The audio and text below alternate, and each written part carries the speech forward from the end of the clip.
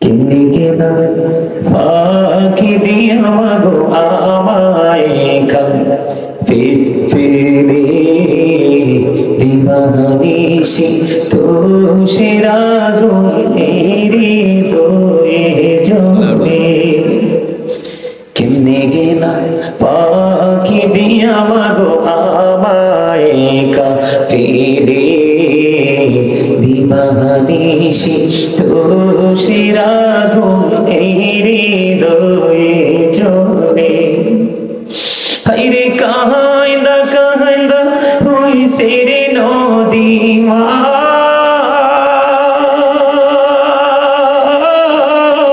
হায়রে কাহাইন্দা কাহাইন্দা হইছে রে নদী আমার নয়ন জলে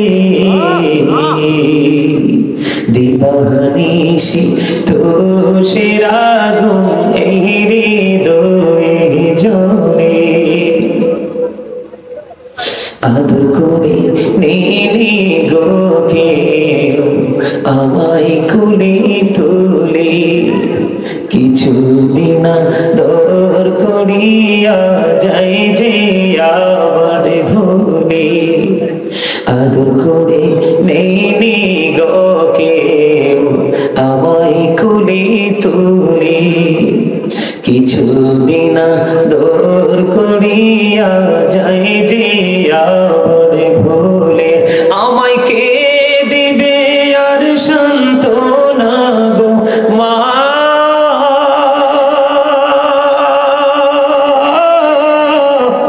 আমায় কে দিবে আর সান্ত্বনা গো একটু আদর করে দিবানিশি তো সেরাগুন হৃদয়ে জলে সংবেদনা হইলা গো যাইতাম মায়েরা দূর পেলে সেই মায়া আমায় ছেড়ে গেছে চিরদিনের তরে বলি সংবেদনা হইলা গো যাইতাম মায়েরা দূর পেলে সেই মায়া আমায় ছেড়ে গেছে চিরদিনের তরে আমায় নাম দড়িয়া ডাকি দিয়া রে মা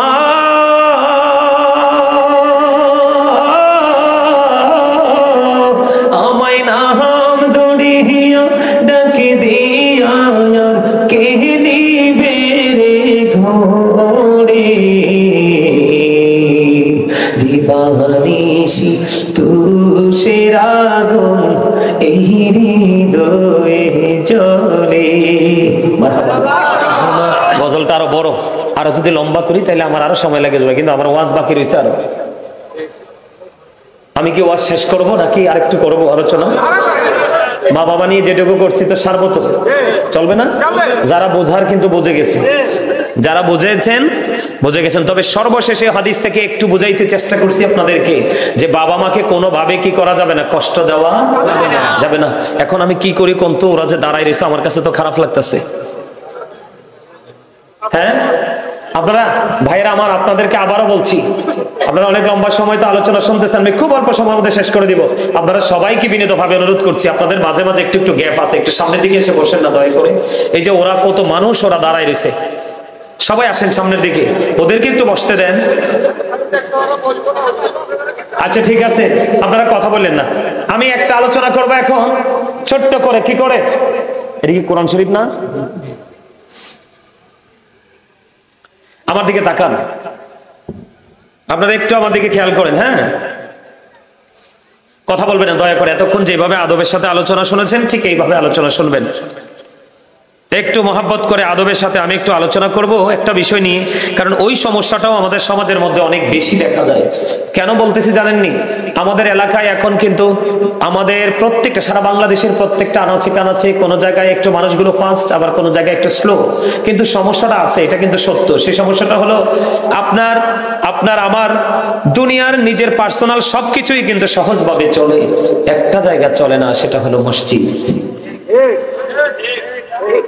না ভুল বলছো? আমার ঠিকটা আপনারা ভালো করে বলেন না কেন? একটা জায়গায় কিন্তু ভালো করে চলে না। মসজিদে ইমাম সাহেবকে হাদিয়া দিবে, খতিব সাহেবকে হাদিয়া দিবে, সবার ঘরে ঘরে কত 200, 100, 500 এরকম, ঠিক না? এই টাকাটা আমরা দিতে চাই না। এই টাকাটা যদি দিতে চাই না, আমরা কি জবাব দিব আল্লাহর কাছে ওপারে গিয়ে? এখন আপনি নিজেকে ইমানদার হিসাবে যদি আল্লাহর কাছে পরিচয় দিতে চান, তাহলে কিন্তু আল্লাহ যে সম্পদ আপনাকে দিয়েছে, যে দৌলত আপনাকে দিয়েছে, দৌলত থেকে আল্লাহ সন্তুষ্টির জন্য খরচ করতে হবে।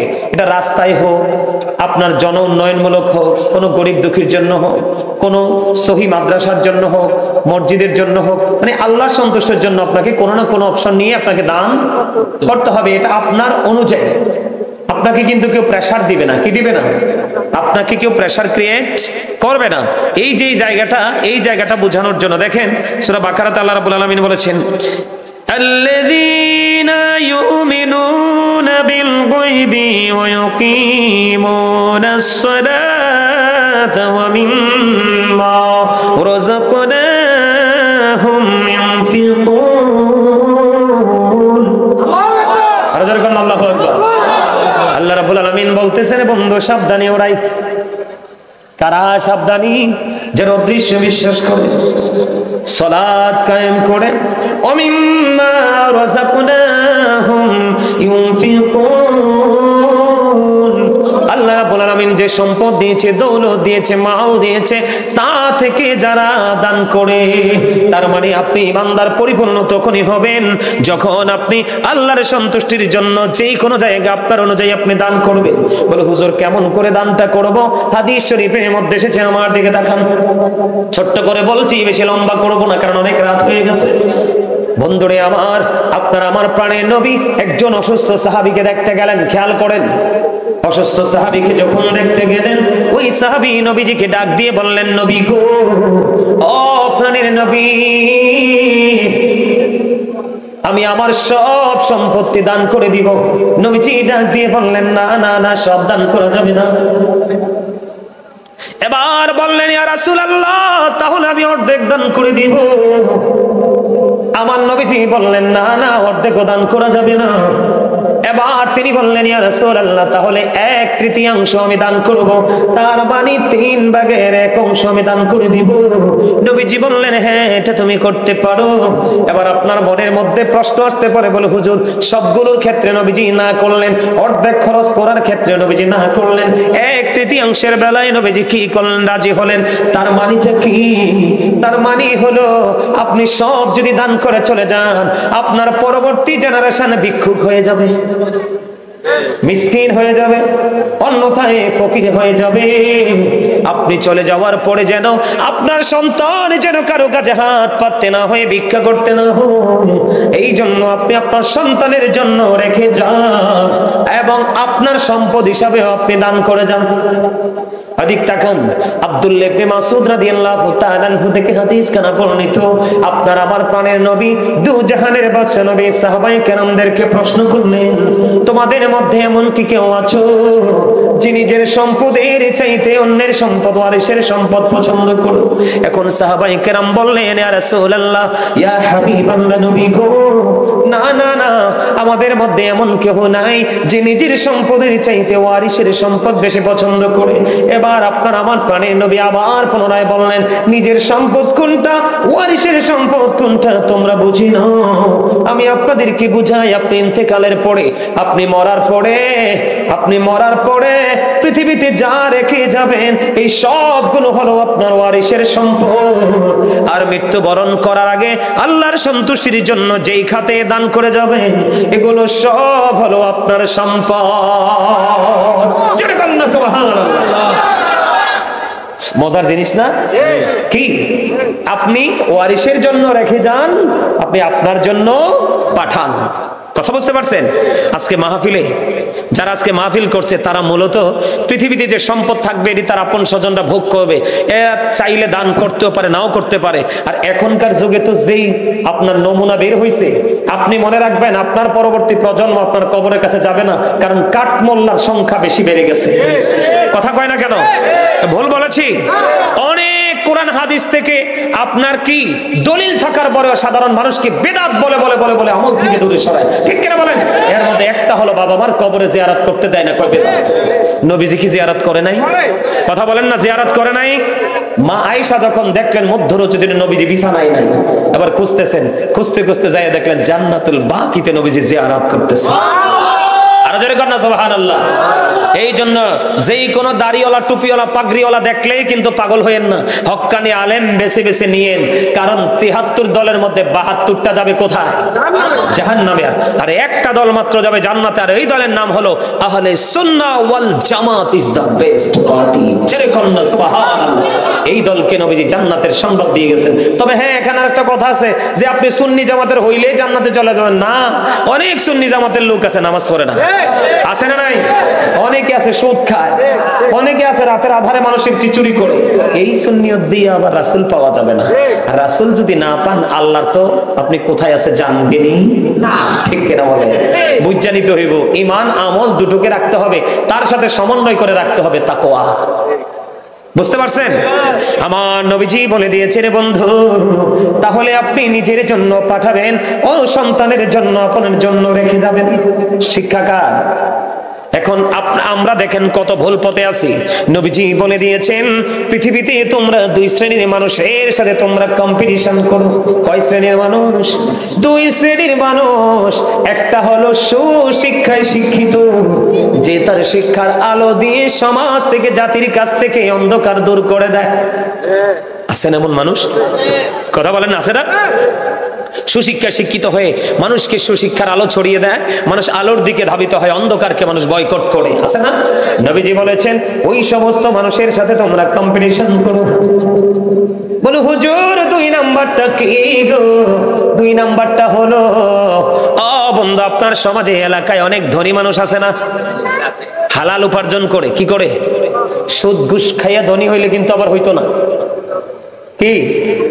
সুদ ঘুষ খাইয়া ধনী হইলে আবার হবে না, কারণ লা তুকবালু সালাতুন বিগাইরি তুহুর ওয়ালা সাদাকাতুন মিন কুলুব। পবিত্রতা ছাড়া ইবাদত কবুল হবে না, হালাল টাকা ছাড়া দানও কবুল হবে না। কথা বুঝতে পারছেন? তাহলে হালাল পথে উপার্জন করা এটাও কিন্তু বড় একটা ত্যাগের বিষয়, ঠিক কিনা বলেন? তাকওয়ার বিষয়। হালাল পথে উপার্জন করে তার এই ধন সম্পদ কি করে আল্লাহর সন্তুষ্টির জন্য বিভিন্ন খাতে খরচ করে ব্যয় করে তোমরা তার সাথে কম্পিটিশন করো। এখন আমরা সুশিক্ষায় শিক্ষিত হতে চাই না, যারা দানবীর তাদের সাথে আমরা কম্পিটিশন করতে চাই না। আমাদের কম্পিটিশন হলো একজনের ছেলে চলে গেছে ইটালি, আমারটা যাবে লন্ডন, আরেকজনেরটা চলে গেছে লন্ডন যুক্তরাজ্যে, আমারটা যাবে আমেরিকা যুক্তরাষ্ট্রে। কথা কয় না কেন? আমাদের কম্পিটিশন হইল এমন, একজন যদি বিট পাকা করে 3 সেট বিল্ডিং করে, আরেকজনে কয় আমার চারপাশে পাকা ওয়াল করে আমি বিল্ডিং করব। আরেকজনে বলে তুমি পাকা ওয়াল করেছো, উপরে তো টিন দিয়েছো, কিন্তু আমি করব ছাদ দিয়ে। ঠিক না ভাই? এইরকম কম্পিটিশন আমাদের মধ্যে আছে, কিন্তু সঠিক কম্পিটিশন আমাদের মধ্যে নাই। কথা বলেন না কেন? আর জোরে এরকম না বিষয়টা? কেন দান করবেন নি? আল্লাহর কথা নবীজির কথা মিলছেনি? আল্লাহও কইতেছে দান করো, তাইলে তুমি পাক্কা ইমানদার। আর তুমি শক্ত হইয়া কৃপণ হইয়া যদি থাকো, তাইলে কিন্তু তুমি ইমানদার হতে পারলা না। ঠিক কিনা বলেন? আপনি যদি 2 হাত ভরে সামর্থ্য থাকে দান করেন, আপনার যখন প্রয়োজন হবে আল্লাহর কাছে চাইতে দেরি, আল্লাহ আপনাকে ওইভাবেই দিবে। আর আপনি যদি শক্ত করে রাখেন, আপনি চাইলেও কিন্তু আল্লাহ কি হয়ে যাবে?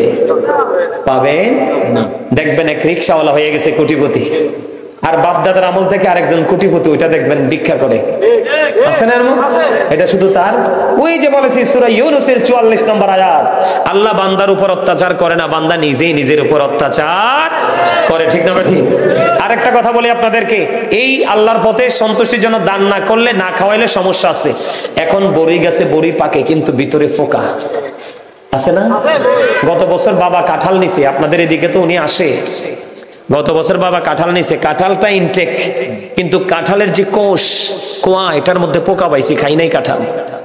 চিন্তা করেন, এটা কিন্তু একটা রহস্য আছে, তো আছে না? আমরা আগে বাড়ির আঙ্গিনা থেকে, আমার মনে আছে ছোট্ট থাকতে আমাদের ঘরের দরজায় একটা পেয়ারা গাছ ছিল, এটা 12 মাস পেয়ারা ধরতো। এটা আপনার ঠিক এতটুকু হইতো, একদম সেপটা সেপটা হইতো পেয়ারাগুলো, এত গোল না। তো এটা দেখতাম অনেক সময় ফজর পড়তে উঠলে দেখতাম যে পেয়ারা ফইরা রয়েছে নিচে পাইকা, কামড় দিলে যে স্বাদ লাগতো, গ্রান মিষ্টি সবকিছু মিলাইয়া। কিন্তু এখন কি আর পাকা পেয়ারা খাওয়া যায় না? পোকা না, কামড় দিয়া খাইলাম ধোকা, পেয়ারার ভিতরে বসে রয়েছে পোকা। ঠিক না ঠিক আছে না? নাই না, ভুল কইছি? পোকা আছে না? এটার জন্য দায়ী কি আপনি এবং আমি? বলে হুজুর কেন? হাদিস শরীফের মধ্যে আসছে আপনাদের এলাকার মানুষ তো কৃষি কাজ করে না, অনেক সবজির চাষ তো করে। তো ধরেন আপনার যে কোনো সবজি হতে পারে, তবে এর মধ্যে মজার হলো টমেটো কিন্তু কাঁচা খাওয়া যায়। আমি আগে ছোট থাকতে ক্ষেত থেকে কাঁচা পেরে খেয়েছি, যেটাকে বেন্ডি বলি, দেরেশ। আমরা আঞ্চলিক ভাষা কি কই? দেরেশ কই, দেরস কই, যে যেটা পারি এটাই কই। কথা বলেন না কেন? ওইটা কিন্তু গাছ থেকে পেরে পেরে কাঁচা খাওয়া যায়, যায় কি যায় না? এবার আরেকটা আছে, ধরেন এখন যে সৃজনাল যে একটা মজার জিনিস আমাদের সবার প্রিয়, শশা এবং ক্ষীরাটা এখন আমাদের সবচেয়ে মজা, ঠিক না? হ্যাঁ, কানে কানে কথা কম যেত না, জমাইয়া রাখতে হইব। হ্যাঁ, আমার সামনে ডাইনে বামে কানে কানে কথা কম যায় না, কারণ কানে কানে কথা কইলে আমার পিচ্চির আকালকে ভুল ধরছে। আপনি কানে কানে কোন কেন আপনি বলবেন কানে এবং মুখে। আরিফে আমি কই তুই তো গোড়াটা ধরছস, আমি তো ওই খেয়াল করি নাই। কথা তো আসলে মুখ দিয়ে কইছে, কিন্তু কথা তো কইছে কানের কাছে। ঠিক না ঠিক? আমার পিচ্চি গতকালকে ওয়াজ থেকে নামছি, গাড়িতে উঠছি। আমার পিচ্চি বললে কিন্তু বাচ্চা না, এটা কুমিল্লা বিশ্ববিদ্যালয়ের ছাত্র, অনার্সে পড়ে। আমি এটাকে ছোট থাকতে পিচ্চি বলি আর কি, আদর করে পিচ্চি বলি। তো এটা সারা ওয়ার্ল্ডের মানুষ জানে হুজুরের একটা পিচ্চি আছে। আমার পিচ্চি কালকে গাড়ি ধরছি পরে বলতেছে, হুজুর আপনার এই কথাটা তো হয় না। আমি কিটা কই, কি হয় না? কামনে কোন কানে কানে, কানে কানে বলবেন কেন? এটা বলবেন কানে মুখে। আলহামদুলিল্লাহ। আবার কুমিল্লা আলিয়াতে ফাজিল করতেছে, মনে হয় এবার মনে হয় 3rd ইয়ারে সম্ভবত, আরিফের কথা বলতেছে আর কি। এরপরে আজীবন আমার কাছে পিচ্চি থাকবে।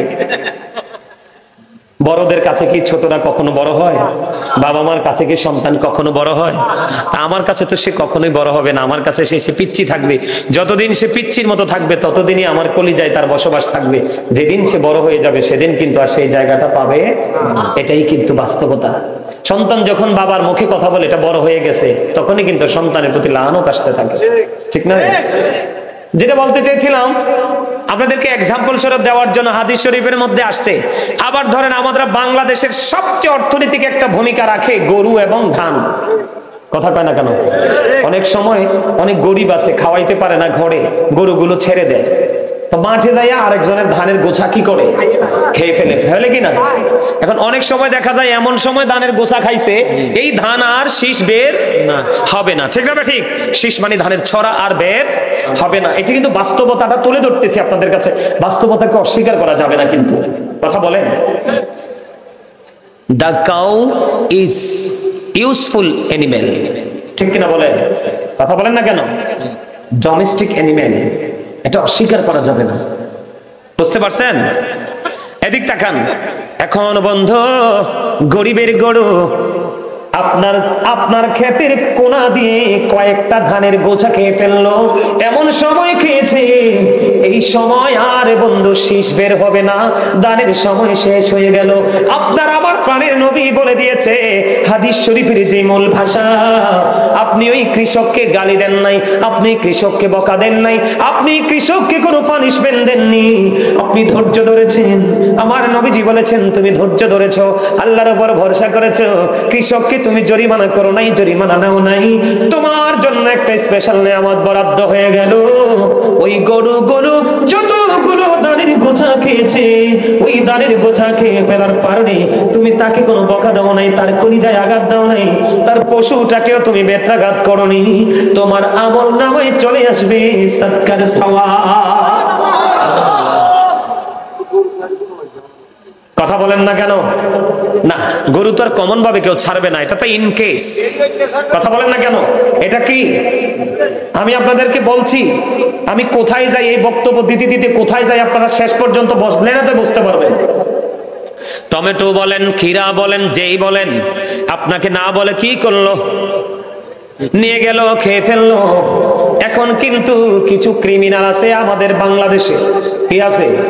কিছু ক্রিমিনাল আছে না নাই? একজনের সাথে যদি শত্রুতা থাকে, সাক্ষী হয়ে তার জন্য জরিমানা দাঁড় করায়। আছে না নাই? বন্ধুরে আমার, পশু পাখি কীট পতঙ্গ যাই খায়, আপনার আমল নামায় চলে আসবে সাদকার সওয়াব। সুবহানাল্লাহ বলেন না? এখন দেখবেন পুকুর থেকে পাখি দুই একটা মাছ খায়, কি খায় দেখবেন নেট দিয়ে পুরো ব্লক করে দেয়। এই যুগে পাখি নাই বললেই চলে। আমরা যখন ছোট্ট ছিলাম এত পাখি ছিল, ধান যখন কাইটা অগ্রহণ মাসে সোয়া দিত, কত পাখি এসে ধান খাইতো। তারপরেও জমির মালিক ওই পাখির প্রতি, পশু পাখির প্রতি এত কঠোর ছিল না। এই যুগে আইসা বন্ধু এত পশু পাখি নাই, ফসলে তো নষ্ট করে না, কিন্তু জমির মালিক গুলো অত্যন্ত কঠোরতা অবলম্বন করে কি করে না? আপনার আশেপাশে গাছে আপনার আম ধরছে, এখানে গরিবের হক আছে, আপনি কিন্তু তাকে করোনা করে দিবেন না। মাঠে আপনার ধান হয়েছে ভালো, ওই ফসলের ওসর আপনাকে আদায় করতে হবে। কি করতে হবে? গরিবকেও দিতে হবে। আপনি পেয়ারা গাছে বেড়া দিয়ে দিলেন, সব গাছে বেড়া দিয়ে দিলেন, বলে হুজুর বেড়া যদি না দেয় এখনকার মানুষ তো অসভ্য, সব খাইয়া ফেলায়। সেই ক্ষেত্রে আপনি শক্ত অবস্থানে যাবেন, কিন্তু বেড়া দিয়ে ফলটা যখন পেকে যাবে আপনি মানুষকে দিবেন, কি করবেন? দেবেন কিনা? এই না দেওয়ার কারণে, দান না করার কারণে বন্ধু আপনার সম্পত্তি কি হয়ে যাচ্ছে? কমে যাচ্ছে। যাকাত না দেওয়ার কারণে মিল ফ্যাক্টরি ইন্ডাস্ট্রিজ পড়ে ছাই হয়ে যাচ্ছে। মাছের চাষ করে আপনি ফিশারি থেকে কোটি কোটি টাকা আয় করছেন, কিন্তু সেটার সঠিক দান আপনি না করার কারণে করতে করতে হঠাৎ করে দেখবেন অটো গজব এসে পড়ে যাবে। যেমনি বন্ধু আমেরিকা লস অ্যাঞ্জেলেস পুরো শেষ হয়ে গেছে। কথা কন না কেন? আরো জোরে। ক্যালিফোর্নিয়া ধ্বংস হয়েছে কিনা? হচ্ছে কিনা? এটা তারা, এটার জন্য তারা দায়ী। বলে হুজুর এখানে কেন গেলেন? আমার দিকে তাকান। আপনি কাউকে দিবেন, পাখি খাইছে আলহামদুলিল্লাহ বলবেন। মানুষকে দিবেন কার জন্য? আল্লাহর সন্তুষ্টির জন্য। বুখারী শরীফের মধ্যে বন্ধু একটা হাদিস আসছে, আমার দিকে তাকান। একজন পথচারী, খেয়াল করেন, একজন পথচারী একটা পাহাড়ের উপর দিয়ে হেঁটে হেঁটে যায়। কি করে? কথা কয় না। পাহাড়ের উপর দিয়ে হেঁটে যায়, হঠাৎ করে তিনি আওয়াজ আসলেন, আকাশ থেকে, গায়েব থেকে আওয়াজ আসলো, অমুকের জমিনে পানি দাও। খেয়াল করেন, কি? অমুকের জমিনে পানি দাও। তখন বন্ধু তিনি বললেন, তখন আমি দেখতে পাইলাম এই মেঘখণ্ড থেকে বৃষ্টি পৃথিবীতে শুরু হয়ে গেল। আওয়াজ আসতে দেরি, বৃষ্টি হতে শুরু হলো, বৃষ্টি পড়তে দেরি হলো না। বৃষ্টির পানি পৃথিবীতে পড়ে একটা নালা দিয়ে বেয়ে বেয়ে নিচের দিকে চলে যায়। তখন ওই পথচারী বললেন, হাদিস শরীফের মধ্যে এসেছে, তিনি বললেন আমি কি করলাম, সামনের দিকে আর না যাইয়া পানিটার দিকে, নিচের দিকে, নালার সাথে সাথে আমি নিচের দিকে নামলাম। নামার পরে আমি চাইয়া দেখলাম ওই আল্লাহ যখন গায়েব থেকে আওয়াজ আসলো, কাক মজ্জিন্নি, মানে এটা আল্লাহর পক্ষ থেকে, মেঘ খণ্ডকে আকাশে কালো মেঘ ধরে না, আমরা কই হাস করছে, কি করছে? আসলে কিন্তু মেঘ আকাশে পৃথিবীতে যেটা সেটা বৃষ্টি। কালো মেঘ, আল্লাহ অর্ডার করছে, মেঘ রে বৃষ্টি হয়ে তুই পৃথিবীতে যা। আওয়াজ পাইতে দেরি, আওয়াজ পাইতে দেরি রে। এবার বন্ধু ওই পথচারী সামনের দিকে না যেয়ে পানির সাথে সাথে নিচে নামলেন। নিচে নামার পরে চাইয়া দেখলেন পানিগুলো একটা গর্তের মধ্যে কি হয়? জমাট হইতেছে। আর একজন মানুষ, ওই যে আপনাদেরকে এতক্ষণ বিভিন্ন ভাবে বুঝাইলাম, এক্সাম্পল দিলাম, এই হাদিস শরীফটা বলে বুঝাবো এই জন্য বলেছি। এখন তিনি পানিগুলো উপর থেকে নিচে এসে জমাট বাঁধতেছে। ওই লোকটা কি করছে? একজন লোক বেলচা দিয়া পানি উঠাইয়া উঠাইয়া জমিনে দেয়। এবার ওই পথচারী ডেকে ডেকে বলছেন, আপনি কে? আপনার নাম কি? তখন তিনি বললেন, আমার নাম অমুক। আমার পিচ্ছিটারে চাইয়া রাখেন, এটা ওই যে কালো ক্যাপ পরাইছে ওই পিচ্ছিটা, তারা এতক্ষণ দেখছি না, এই জন্য তারা দেখাইতে পারে না। এখন আইসে, এটা আমার পিচ্ছি, কালো ক্যাপটা আছে পরা, এটাই কালকে কইছে আমার, হুজুর কথা কইবেন কানে মুখে, কানে কানে না। সুবহানাল্লাহ। আরে আরো জোরে কর না সুবহানাল্লাহ। এটা সুন্দর কথা তো, এটা তার বিবেক বিচক্ষণতার একটা বহিঃপ্রকাশ, ঠিক না ঠিক? এবার কি করলেন? তোমার নাম কি বলো? তিনি বললেন, আমার নাম অমুক। কই আপনার জীবনে, এই খেয়াল করেন, আপনার জীবনে কি এমন আমল করেছেন আপনি বলেন, যেই আমলের কারণে আল্লাহ অর্ডার আসতে দেরি, মেঘখণ্ড পৃথিবীর বুকে বৃষ্টি হয়ে আসতে দেরি করলো না? জোরে জোরে কন্যা সুবহানাল্লাহ। আপনার গাছের আম, আপনার বাগানের সবজি, আপনি যদি বন্ধু আল্লাহর সন্তুষ্টির জন্য কাউকে যদি দিতে পারেন, এটা বলে আমার পাগল, পাগল আমার কাছে দিবই। এই প্রেম বিফলে যাবে না। আমার আব্বা আমার কবর এনতে দরকার দূরে মেইন রাস্তার সাথে রয়েছে। আপনাদের তো সুসন্তান, আমি আপনাদেরকে খুশি করার জন্য বলছি না, আপনারা সুসন্তান। কয়টা সন্তানের মাথায় এটা আসে যে বাবা মার জন্য এত বড় প্রোগ্রাম করব? কি জামাল ভুল কইছি? হ্যাঁ, এই আপনারা আমার কুমিল্লার মানুষ, আমার এই যে এখানে তারা অনেক দূর থেকে আসছে, তারা মিডিয়া পার্সন অনেক দূর থেকে আসছে, আমি নাম বলবো না কোন জায়গা থেকে আসছে, অনেক দূর থেকে আসছে, ওদের যাইতে অনেক সময় লাগবে। আপনাদেরকে দেখে আমার অন্তর ভরে গেছে, বুকটা গর্বে ভরে গেছে। কেন জানেন? আমি যখন বিভিন্ন জায়গায় যাই, আমি আমার কুমিল্লাকে নিয়ে কি করি? গর্ব করি। আজকে আবারও আমার কুমিল্লা প্রমাণিত হলো। কি বলো তোমরা? আমি অন্যান্য জায়গায় গেলে অনেক সময় দেখা যায় মাঠটা খালি, আলোচনা করতে করতে মাঠটা ফুরে যায়, কিন্তু আজকে আসার পরে দেখছি প্রায় 0.5% কি হয়েছে, ফিল আপ হয়েছে, কিছু সময়ের মধ্যে পুড়ে গেছে। এই কুমিল্লার ঐতিহ্য আমরা চিরজীবন ধরে রাখার চেষ্টা করব, ঠিক কিনা বলেন?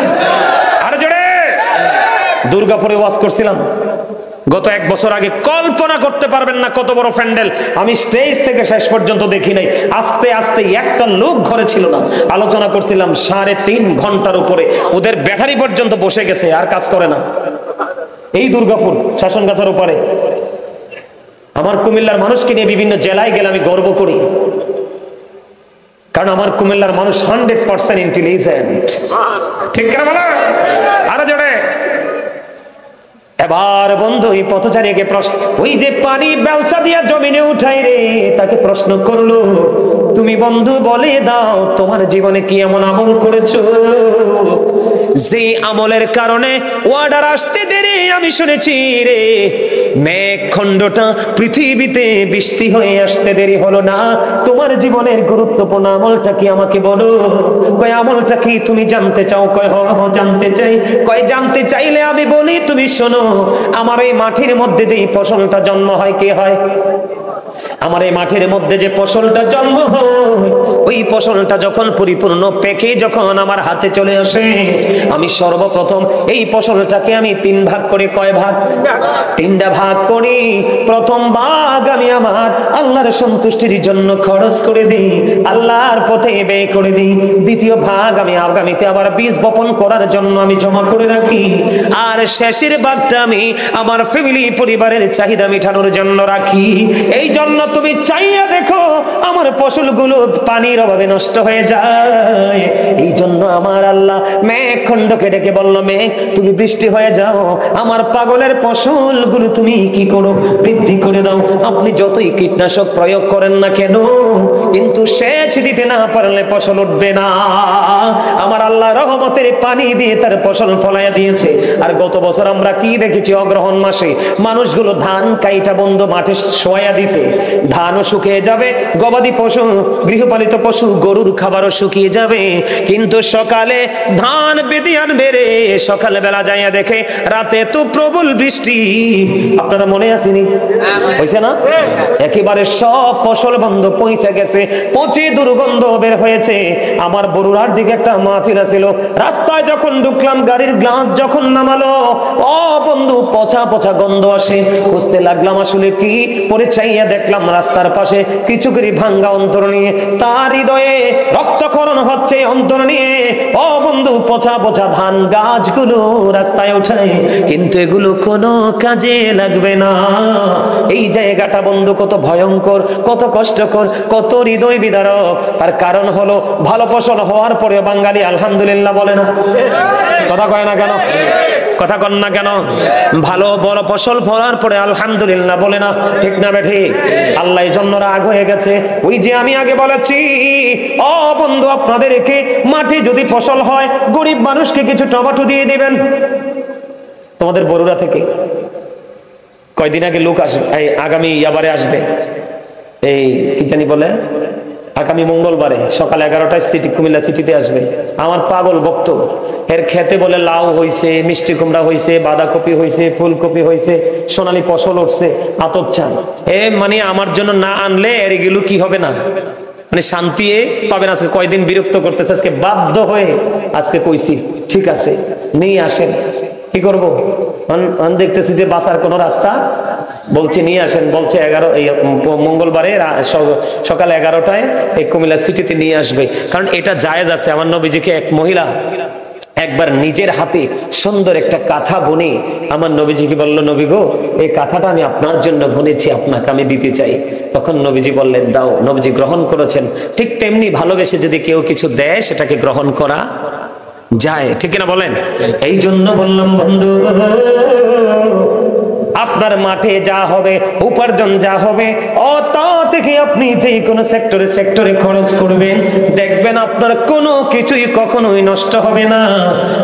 আর যদি আপনি কি করেন, সঠিকভাবে যদি আপনি খরচ না করেন, আপনি চাইলেও শক্ত করে বেঁধে রাখতে পারবেন না, ঠিক না? ঠিক। আরো জোরে। তাহলে দান করার দরকার আছে না নাই? একটা খেজুর হলেও দান করে যাবেন। দান করলে লাভ হয় কি জানেন? আল্লাহ সন্তুষ্টির জন্য করবেন, মানুষকে দেখানোর জন্য নয়, লোক দেখানোর জন্য নয়। এদিক তাকান, আমি এক্সাম্পল দেই। ধরেন আমরা গ্রামের মানুষ, আপনারা গ্রামের মানুষ গরু পালেন না? গরু, নবীজির হাদিসটা এমন, মানে মূল যে সারমর্মটা বোঝাচ্ছি, নবীজির হাদিসটা এমন, আপনি যদি ছোট্ট একটা গরুর বাচ্চা কিনেন, এটা বড় হবে না? বড় হয়ে এটা একদিন বাচ্চা দিবে। বাচ্চাটা বড় হতে হতেই ওই গরুটা আবার একটা বাচ্চা দিবে। এই করতে করতে একটা থেকে কি হয়ে যাবে, পুরো ঘর ফিল আপ হয়ে যাবে। যাবে কি যাবে না? ঠিক তেমনি এই পৃথিবীতে আপনি 1-2 টাকা করে খরচ করে যান, ঠিক আপনি পরিপূর্ণরূপে কয়েক, মানে গুণের কথা শেষ করতে পারবো না, অত বেশি গুণে আপনি এটা পেয়ে যাবেন। দান করবেন তো? কৃপণতা অবলম্বন করবেন না তো? ওই নবীজির হাদিসটা মনে রাখবেন। সব দিব কেন আমি? আমার সন্তানের জন্য রাখবো, আমার জন্য রাখবো। তবে সুদের টাকা, ঘুষের টাকা, চুরি ডাকাতির টাকা দিয়েন না। এই টাকা দান করলে লাভ হবে না, উল্টো মাইর খেতে হবে। কি খেতে হবে? উল্টো মাইর খেতে হবে, ঠিক না? ঠিক বুঝতে পারছেন তো? এবার আসে লা ইলাহা ইল্লাল্লাহ, এটা হলো একটা দিক, তাওহীদ। মুহাম্মাদুর রাসূলুল্লাহ